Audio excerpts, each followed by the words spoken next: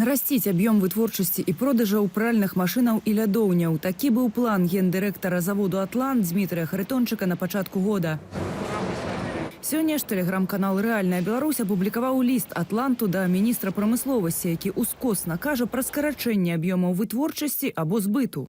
У нашай кампаніі склаўся прафіцыт персаналу, які, згодна з прагнозам, захаваецца да канца 2025 года. Просім спрыяць пошуку зацікаўленых арганізацыяў для часовага пераводу персаналу ЗАД «Атлант» на перыяд з верасня да снежня 2025 года у колькасці 500 чалавек.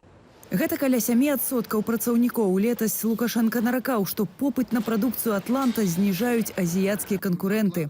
Я ведь понимаю, что там проблемы есть. И люди недовольны некоторые. І тут жа дазволіў кітайцам запусціць у Барановичах вытворчасць лядоўняў «Майдыя».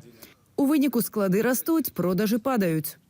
Мы теряем наш основной рынок сбыта – это Россия, на котором место для белорусских товаров становится меньше.